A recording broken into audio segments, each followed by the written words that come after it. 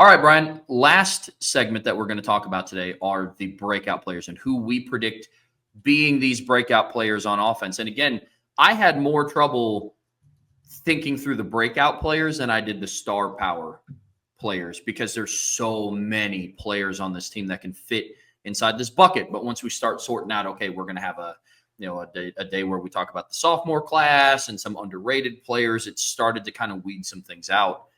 But when we talk about this, Bryan, walk us through, before we dive into the individual players, what was kind of the criteria for the breakout? What is this? Because there's a lot of different ways you can interpret breakout. We evaluate breakouts differently here, but the reality is because of what Trevor said, we're not even going to talk about a couple of the categories.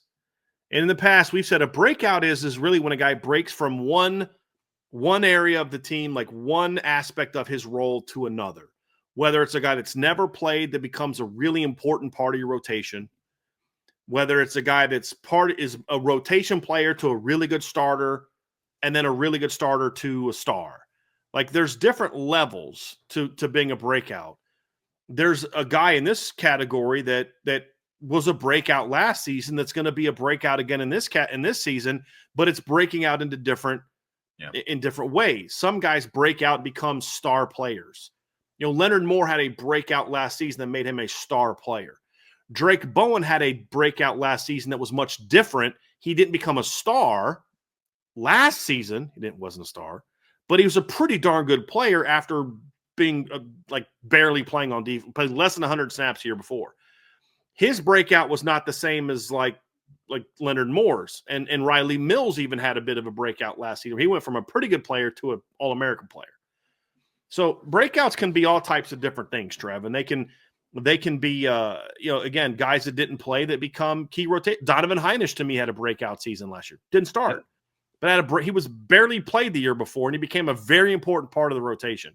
Now what that also leaves is guys can break out multiple times, so it's sort of breaking out into different categories. This year, however, the challenge was I'm not going to spend time talking about a guy that didn't play that's going to become a rotation guy because we've got all these other guys that are going to be kind of becoming more impactful players. You could have a conversation now. And again, we're only doing offense today. We'll do defense tomorrow. So we're just talking offense today, where you could look at it and say, this guy is, these are guys that are kind of breaking out into the couple higher levels. There aren't any didn't play, and now we expect him to play a lot. There's not as much of that in this breakdown as we've had in past years, Trevor. And so even though there are those other categories, we just won't have as much of that today. Sort of. There's a couple guys on here that I think are going to skip a level, and might as well start off with that. Trev is first guy on our breakout list. And sometimes also breakout is a perception conversation where a guy's numbers could be similar, but now the perception is that he's a much more, discussed player, an impactful player. And we'll have a little bit of that today too. But my first breakout player, Trev, and I'm going to introduce him and let you talk about him because this is your baby. I understand that. Eli Raridan's been nothing but a rotation tight end his first 3 years. I think he's going to break a couple levels and at the very least become a really important player on this offense.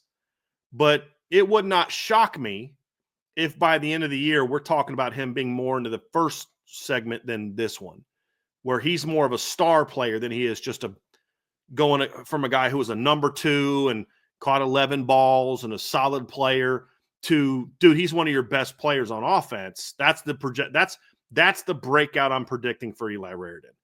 But a guy that could also then take that next step, and you're like, dude, that's one of the best tight ends in the country. He has a chance to do that if he can stay healthy.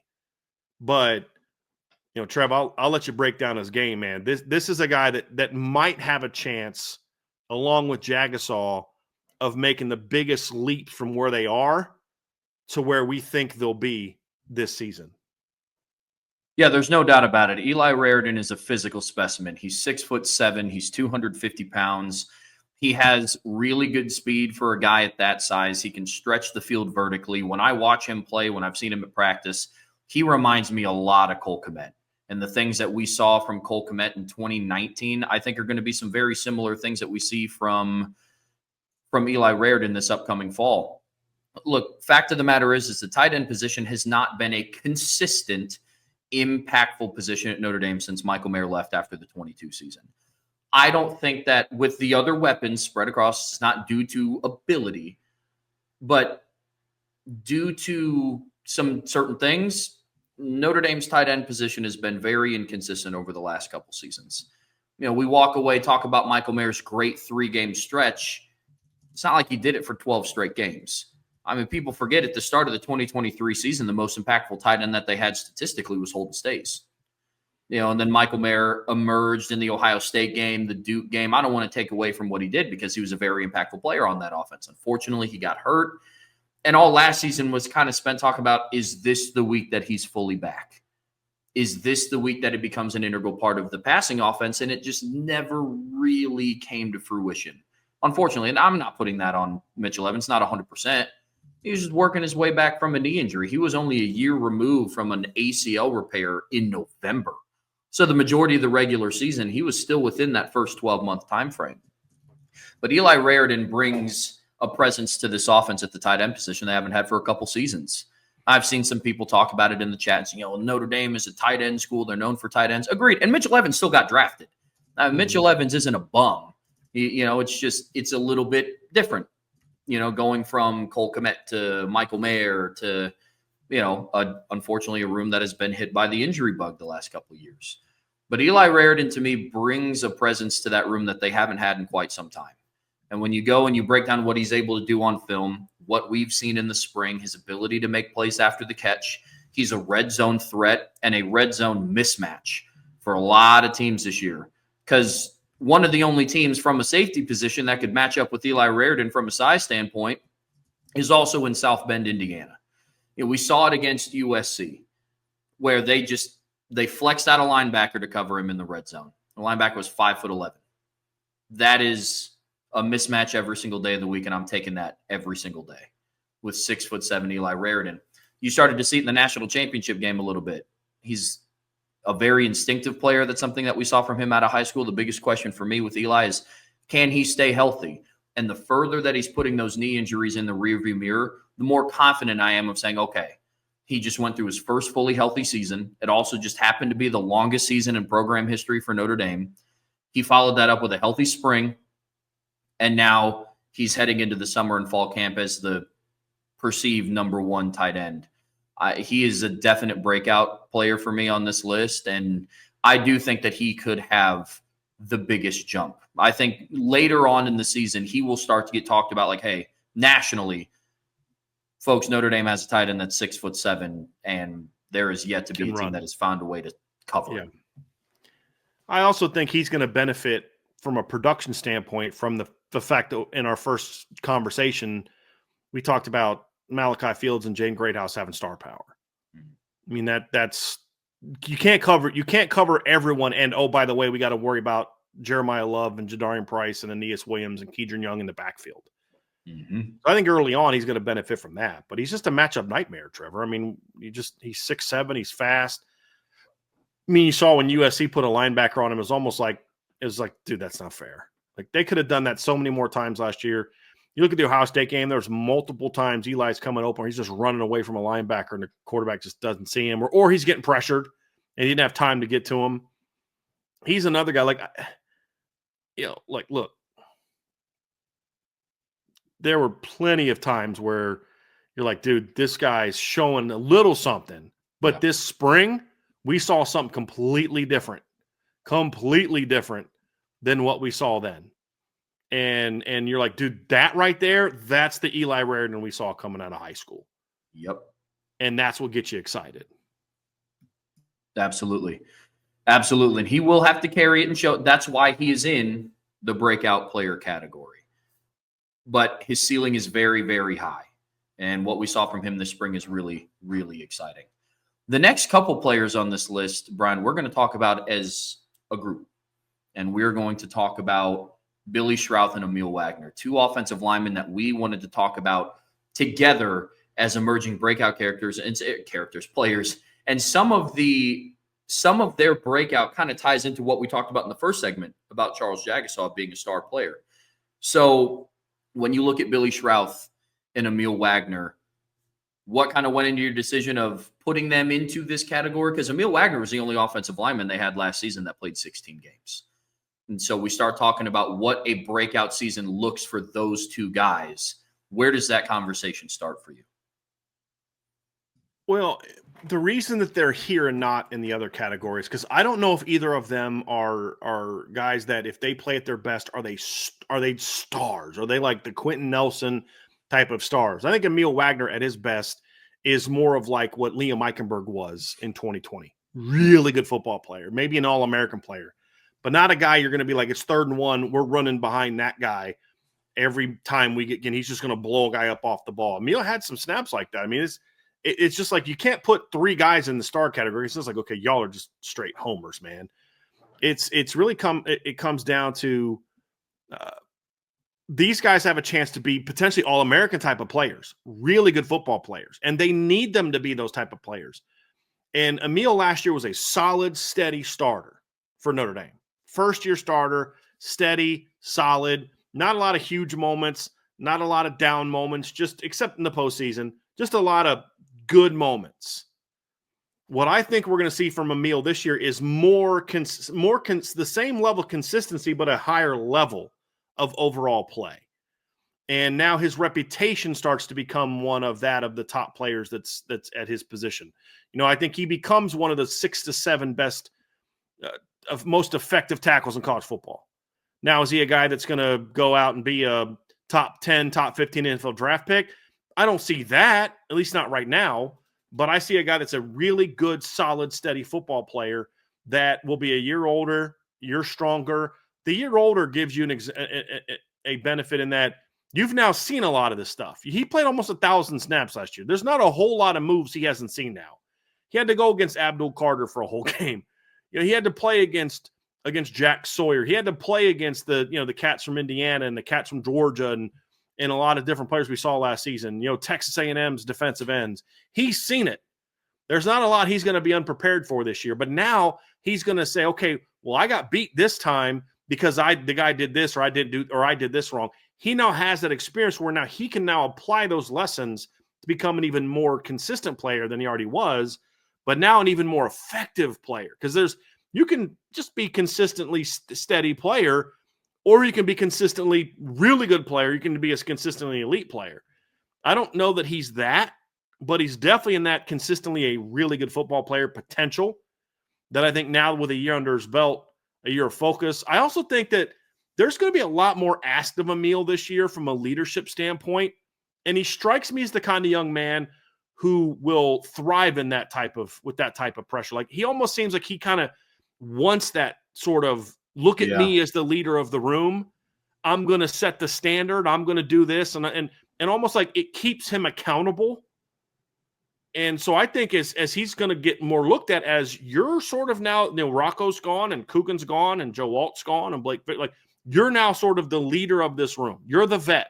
You're the most experienced starter we have on this football team. You've got more starts than anybody on the roster. You know, you're the guy that answered the bell for 16 games. We need you to kind of be the captain of that room. If he's not a captain on the team in general, he may be. But at the very least, he's got to be the captain of that room. And Emil strikes me as the kind of young man that has the temperament where that pushes him to be even better. Some guys kind of fold a little bit under that. Emil strikes me as the kind of guy that will benefit from that type of pressure being placed on him. I think it'll raise his level of play because he'll be like, look, I got to put in the work. I got to do this. I got to do that. I'm not following anybody else now. I'm not the first-year starter that's looking around like, what do I do, Rocco? Look, no, dude, I'm the dude now.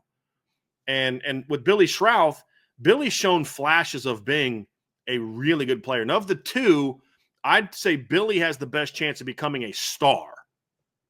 But he's far more inconsistent than what Emil has been so far. And he's also not been able to stay healthy. Obviously, last year he missed several games. He came back and played fine. But Billy Schrauth is an interesting one, Trevor, because I put these two guys in a category together. Because if this offensive line is going to reach its full potential, you need these two guys to be anchors of that line. You need them to be more consistent. Well, I'm confident that Emil's going to be more consistent. He's just got to raise his level of play at that. What's the level of his consistency? Yeah. With Billy, it's about, dude, I need you to be that guy all the time, or at least most of the time. And that's the big thing with Billy Schrauth is the tools are there, the talent's there. And he played most of last season on a leg that wasn't 100%. Now it's like, okay, dude, now you've got, what's he got now? 16 career starts, 15 career starts now, 15. right? He started 12 last year, 3 the year before. He's got 15 career starts. Like, you're going into your third year of games where you've started games. You started at the end of the last 3. And as I've pointed out, Notre Dame was a significantly better running team in each of the last 2 years in games that Billy Schrauth started. Yep. Each of the last 2 years. Like, it crazily better in 2023. In part because they played Wake Forest, Stanford, and Oregon State. But way better. But even last year, I broke this down when I was doing a thing on Billy Schrauth in the regular season, like during the offseason, where I'll try to find that article so I can find the actual numbers. But even last year, in games where he played, including playoff games, Notre Dame had a higher yards per carry and a higher yards per game average than they did in previous years. So I think this is the article. Let me find it here. In 2023, Notre Dame averaged 251.3 rushing yards per game and 6 yards per carry in the 3 games he started. In the other 10 games, 166 yards and 5 yards per carry. Let's look at last year. In 2024, Notre Dame averaged 202.6 rushing yards per game and 5.8 yards per carry in the 12 games he started. That includes all 4 playoff games and Texas A&M. It averaged 196 rushing yards and 5.4 yards per carry in games he missed. Now, consider this. The games that he missed last season were against Miami of Ohio, Louisville, Stanford, and Georgia Tech. So, less competition, but still averaged more yards per play and more yards per carry last season. And so you could say that's a coincidence. I think it's hard for me to justify that it just happens to be a coincidence because the only thing that changed when Billy came back last year was Billy. Yeah. It wasn't like, like in 2023, it was him and Ashton Craig got thrown in the starting lineup. And then you had Tosh and Jagasol in the bowl game. Last year, it was just Billy came back, and it was Billy. And so he wasn't even the best version of himself, but I just think he brings some of that to the table, Trev, where you're just like, you can't ignore what he does. The 4 games before Billy Schrauth came back. So he played against Purdue in a game they went for 362. They went for 270 for Miami of Ohio, 117 for Louisville, 229 against Stanford, 168 against Georgia Tech. The next 4 games were against Navy, Florida State, Virginia, and Army. 2 teams not very good, 2 teams that are pretty good, including an Army and Navy teams that both had pretty good run defenses last year. They went for 265, 201, 234, 273, and then you can look at the USC game, so 5 straight games, 258. He comes back in the starting lineup, and immediately they're more consistent and more dominant. That's not a coincidence. Now, if he can become a more consistent player, then I do think he has a chance to become a true star. But I just need to see – he's the one that I have more reservations about. I need to see that consistency much more so. Now, that's a little hypocritical when I have a guy that's got 3 career starts in my star category, but he also doesn't have Charles Jagasol's size, athleticism combo, power. I mean, just Jagasol's just got a different level of skill set. But Billy's the next guy on my list that could be a star offensive lineman if he can put it all together. Mentally, physically, consistency, and all those type of things. He's got a chance to be special, but at the very least, you need him to be this kind of breakout where he goes from what he was last year to another level where he's considered one of the better guards in college football. That's the breakout for me for Billy Schrauth that I'm predicting. I think at the very least, he's going to be considered one of the 5 or 6 best guards in football this year. That's a breakout. Becoming a star is you're considered one of the 2 or 3 best guards in all of college football. He's capable of it, but for now, I'm putting him in a meal here. And I put him together because I really think Notre Dame needs both of those guys to step up and be that kind of player this season.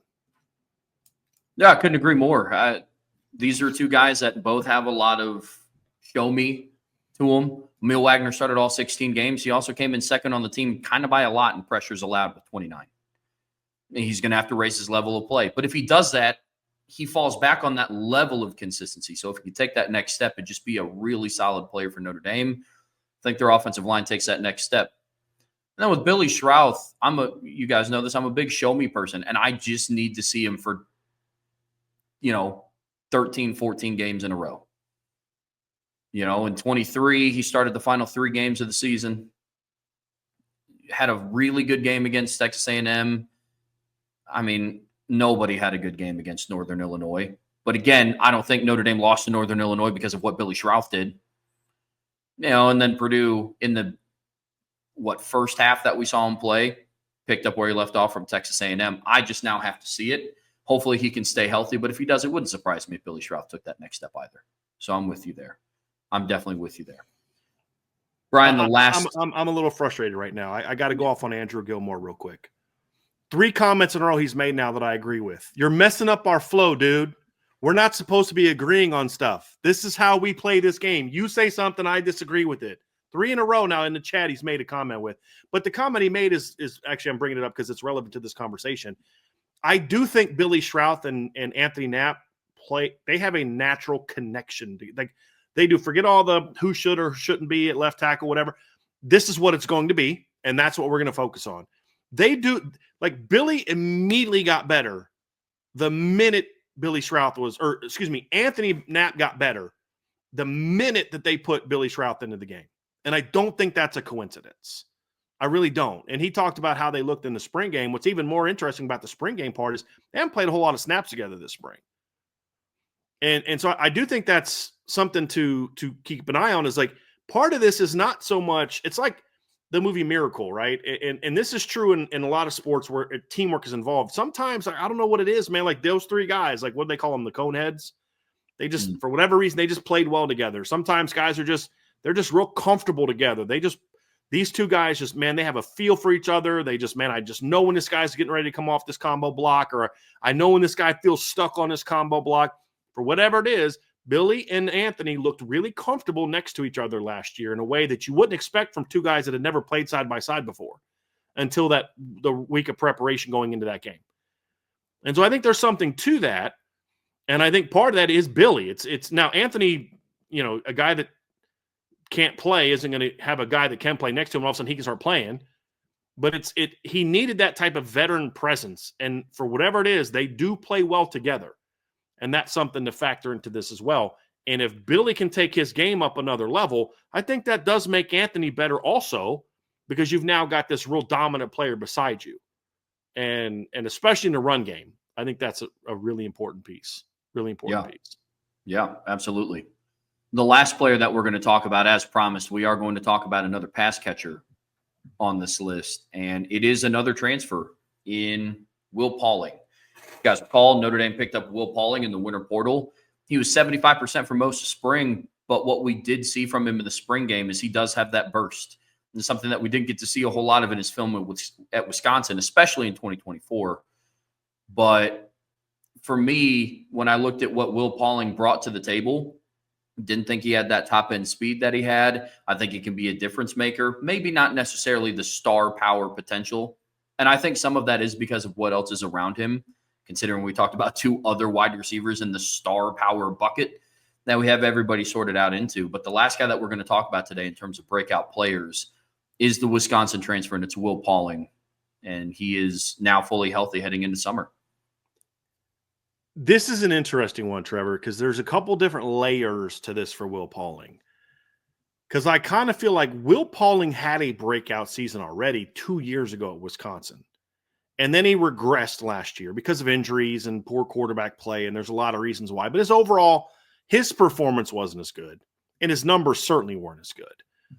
He went from being a guy that had over 70 catches. Let me pull up his numbers in 2023. 74 catches, 837 yards, 11.3 yards per catch, 6 touchdowns in 13 games. And then he comes out last year and in 10 games has 42 catches for 407 yards and 9.7 yards per catch. Half the touchdowns, just not an overly effective player for them last season. And now you look and say, okay, well, what are you referring to as sort of a breakout? Well, there's a couple things that are involved in this. Number one is the perception aspect of it. Nobody talks about him the way that, like, if he has the numbers he had 2 years ago at Wisconsin, and he does that in Notre Dame, he gets way more attention nationally for that production than he would at Wisconsin. And that's kind of what we're referring to with some of these other guys. Like, you do one thing at this school and you do something at another school, it's a no-brainer. Like, if Jeremiah Love has 75% of the production that Ashton Jeanty had last year at Notre Dame last year, he wins the Heisman Trophy in a walkaway. Ashton Jeanty has 100% of that production at Boise State, and he's number 2. Right? Like where you do it does have an impact on your perception.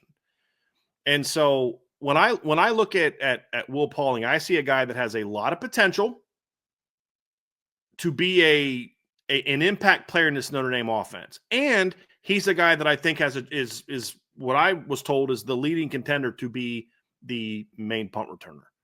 And I think some of the issues that people have, and I know a lot of people like to focus on negatives, like the only comment you're going to make about a guy is a negative, but there are some aspects of his game that have to get better. And I think part of that was because there was no continuity at quarterback for him the last 2 years. They had multiple quarterbacks start games each of the last 2 years at Wisconsin. I think that factored into some of the things where he didn't have the consistency in production. He didn't catch the balls consistently needed to catch the ball. I think a lot of that has to do with the fact that he has to get more consistency at quarterback, and he didn't play with very good quarterbacks. But at the end of the day, the ball hits you in the hands, you got to go make the catch. No, so he's going to have to be more effective in that regard, but I think it's a perception thing. I think the production is going to be improved. I don't see him being what he was 2 years ago at LSU or against Wisconsin. I think somewhere in between. I could see him being around the number of catches he had at Wisconsin last year, but closer to the yards, more yards, and how they're going to use him. Partly because he's going to also play some outside. He's going to play inside and outside at Notre Dame. But I also throw in the punt returns.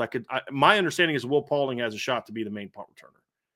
And so I think that factors into why he has a chance to be a breakout player for Notre Dame this year. And he's the guy also, Trev, part of his breakout's just going to be you can't cover everybody. Who benefits from that?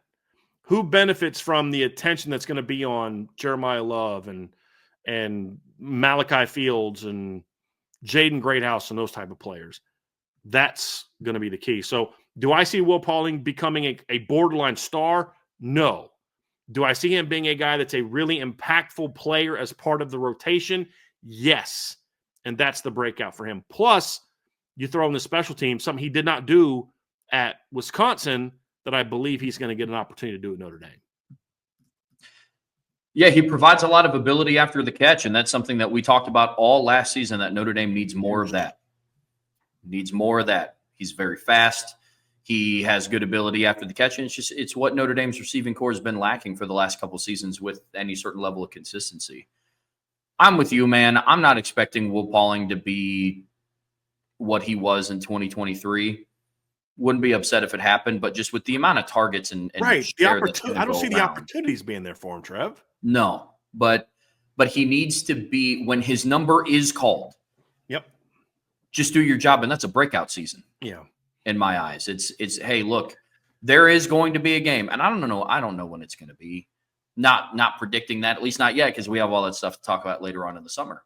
There's going to be a game where it's, hey, look, Malachi Fields, there is a defense out there that's going to say, hey, Malachi Fields is not beating us down the field this year. Jaden pulled a hammy. Yeah, there's going to be something. Or even a day where it's like, hey, like CJ for whatever reason or Kenny for whatever reason is just not comfortable looking at Jaden Greathouse today. Couldn't tell you why. The coverage is, yeah. Mm-hmm. There's going to have to be somebody that steps up.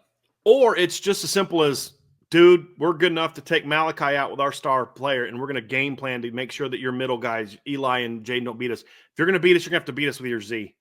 And you're going to have to beat us with your Z in the pass game. We're going to put safeties down. We're going to shut down. Because, like, we talked about this last year. One of the ways to shut down a run game also helps you impact against slot receivers. And that's also partly why I don't think Riley Leonard was always super comfortable throwing over the middle of the field. Because the way that teams tried to play Notre Dame's run game by inserting safeties down into the alleys also put a lot more bodies sort of between the hashes in that second level. Yeah. And that made it a little bit impactful, which means you're going to have to beat us outside. And that's, I mean, where was Jaden Greathouse's production against Ohio State? He was in the slot, but it was kind of, a lot of it was outside. The slot fade was outside. The deep over route he made that catch was outside. He'd come across, but it was outside. Even the play where he made Caleb Downs miss, he worked outside to get free and come underneath the defense. So it was an outside working route that he comes back underneath. And if teams are going to do that again this year, and honestly, I expect Miami to do that. I expect Texas A&M to do that because they're going to say, you're not beating us with 4, and you're not going to beat us with 1. We're going to make you beat us throwing the ball outside. And we're going to put Will Lee, who's 6'2", into the boundary defending Malachi Fields. I dare you to beat us with Jordan Faison and Will Pauling. I dare you to beat us with them. And that's where I think their early production is going to get a chance to come from, is like, teams are going to, or maybe you put Jaden Greathouse out there and he's playing more Z, and then those opportunities open up here for him. So he's going to get some chances to make some big plays. When I look at what a breakout for Will Pauling is, it's impact based on what type of impact do you make on based on the level of targets that you get. It's almost kind of like, I view him as, can he be what Jaden Greathouse was last year pre-breakout? Like pre-semis and championship game where like, dude only caught 1 ball, but it was a 3rd and 7 conversion. Dude only caught 3 passes, but they all went for first downs. 1 went for a touchdown. Yeah. It's almost kind of like that, Trev, where he may not do anything for 3 games. And then all of a sudden you play that team that's going to say, hey, we're going to make this guy beat you. And he has 6 catches for 90 yards and a touchdown. Like, that's what I kind of see from his breakout. So not star, not impact. I don't think he's that. But as far as this guy's going to be a very important piece to your offense and special teams, that's where his breakout comes from. Yeah. I'm not saying numbers will look the same, but can he be like a Chris Fink type? Returns punts, valuable asset on offense, in 2018, if a team makes a conservative effort to say, hey, Miles Boykin and Chase Claypool aren't beating us today, who steps up? Yeah, I can see that type of role for him for sure. Absolutely. Any final thoughts on breakout players before we move on? Real quick, just Michael Cannon made a comment. He said, so this is the 3rd year in a row he will have a different quarterback. He's not going to get into he's never going to get into a rhythm, sounds like. That's not what I'm saying. What I'm saying is they had multiple quarterbacks within a season at Wisconsin. So they never had any continuity as far as who the quarterbacks were going to be from week to week. So like last year, Tyler Van Dyke starts the season all through camp. He's a starter. He's done by the 3rd game. Then Braden Locke starts over. The year before, they had 2 different quarterbacks throw over 150 passes. They had Tanner Mordecai and then Braden Locke. So you had different quarterbacks playing at different times. Tanner Mordecai is your starter of the first 6 games. He then misses 3 games and then comes back and has the last 4 games. That's what I'm referring to, is within a season, they weren't able to get that consistency. The guy that you're working with all offseason that you think is going to be your starter gets benched by the 3rd game of the year. That's what I'm referring to. And when you look at his production the year before, like 2 of his best games were when Mordecai came back in the last 4 games. So it's more referring to within a season, that lack of continuity, which we saw last year from Notre Dame. Early in the year, there was no continuity in the pass game. Later in the year, it was a lot better. It was never a high-powered offensive football team in the throwing game, but you clearly saw that Riley had a better sense of who could do what, where guys were. They had a better read for him. They knew, like Jaden Greathouse just knew, I know when Riley's tucking it to run, and I know when Riley's moving because he's looking for guys downfield. He knew when to come back and block, and he knew when to keep working. Because he maybe didn't know that in the first month of the season. And then if you start to get comfortable with the guy and then boom, that guy's out. Imagine what it would have been if, like, let's say the Purdue game, Notre Dame benches Riley because he's hurt. Let's say he was too injured to play and he doesn't come back for 4 or 5 games. Okay, now I'm comfortable with Steve, and then boom, right back to Riley. That's basically kind of how it works. So that's kind of what I'm referring to, just so we're clear when I talk about what I mean by the continuity quarterback. Not you could have it, dude, as a receiver, you got a different quarterback every year, and you're going to be comfortable with him if he's your quarterback all year. Yeah. This is more in season, just so you understand. Fair enough. Any final thoughts overarching on the breakout players before we get to these couple mailbag questions? Other than just, dude, there's so many guys we could have talked about. We could have talked about Jordan Faison, but there's another category we want to have him about. We could have talked about Ashton Craig, but there's another category we want to discuss with him. We could have used Jadarian Price. We could have used any of the sophomores. Yeah. We could have talked about CJ Carr, but we're going to use him for a different show. We could have talked about Keidron Young, Aeneas Williams. We could have talked about Micah Gilbert, who I think is going to have a bit of a breakout this year in the number, like the low level sense of didn't play and now becomes a regular important part of your rotation. There's a lot of those guys that could have fit into this category as potential breakouts. And it speaks to two things, Trev. Number one is the talent that this team has. But number two, there is still a lot of, you got to show me on this football team on offense. There's two ways of looking at it. The exciting one is, man, this guy can get better and that guy can get better. And like, not everybody can be a breakout because they're kind of already at their level. That's who they are.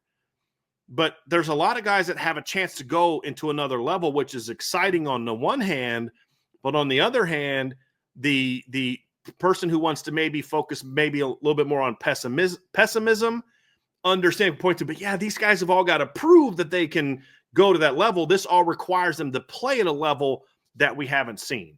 Yeah. And that is understandably like where I can understand some, okay, I think the offense can be good, but I got to see it, is because of the fact that there are so many guys that can be breakouts, but that means they all need to kind of prove something.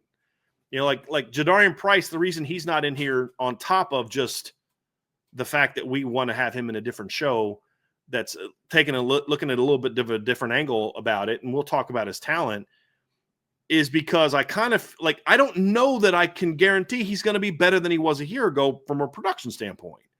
He's already considered by some a borderline top 10 back. Yeah. We talked about Greg McElroy having him in his honorable mention of his top 10. ESPN did a top 10 running backs in the country where all their college football analysts voted on it, and multiple of them voted for him to be in the top 10 as the number 2. But will his production take another jump? Will his perception take another jump, or is he just going to kind of be what he was last year, which was really good? I don't know that that's going to be the case. Could Jadarian Price, if he wanted to, could be a star. He could be a breakout star if the opportunities came. But right now, you've got Jeremiah Love there, and so there's a lot of those type of guys that it's like, dude, I think he could be that, but I don't know he's going to get the opportunity to do so because of so-and-so in front of him. I could have talked about Sullivan Absher as a breakout player if the opportunity is in front of him to step into the lineup, but I don't see that being there. Yeah. We could have talked about Anthony Knapp maybe going from just a freshman who struggled to a guy that people think a lot higher of, but we're going to hold him for the sophomore conversation and some other conversations. So that's the thing to get you fired up about this unit, but also the thing that makes you say, hey, there's still some work to be done with this offense, or not work to be done, but things that I need to see it now. I need to be proven that this can be there, because we're talking a lot about the pass catchers. And if you're like, dude, I didn't see that in the spring. Well, Malachi didn't play. Jaden Greathouse is very limited because he's already kind of shown it. Will Pauling was literally at best 75% for the majority of the spring. Well, the 3 guys we talked about today, we only saw one of them at full speed in the spring, and they limited him because he had kind of already done something. So that's kind of the interesting thing about it, is like, you know, I need to see it. Like Trev always says, you got to show me. I got to see it. And that's the one kind of takeaway I have from that. Absolutely. I'm with you. And as the season has progressed, as the offseason has progressed, I'm sure that you guys have noticed, Brian's even brought it up a couple times, that the show me mentality with the wide receivers specifically is slowly starting to ease my mind. It's transitioned more from, you know, pessimism more to cautious optimism, because I will always still be I have to see it. I know Will Pauling did what he did at Wisconsin. I need to see you do it with a gold helmet on. I know Malachi Fields did it at Virginia and did it against players who had the golden helmet on, but I just need to see. Dude doesn't even have a number yet on the roster. I just got to see it. and it might take me all of 30 seconds after I see it happen in a summer camp. First back shoulder catch of practice Literally. numero uno. All right, I'm good. Literally, it's like, okay, I have now seen it. But part of that is in the spring, I got to see some things from this group that it's like, okay, these are some things that I hadn't seen before. It leaves you in a good spot. Before we get out of here today, we do have a couple of mailbag questions in here. Bryan, did you want to separate that into? Okay, cool. Sounds good. We have some mailbag questions to get to. But before we get there, folks, please be sure to hit that like button, hit that subscribe button, hit that notification bell, share this podcast with your friends and family. But the best way to support what we do here is subscribe to the premium message boards. You see it scrolling down there at the bottom of the screen at boards.irishbreakdown.com.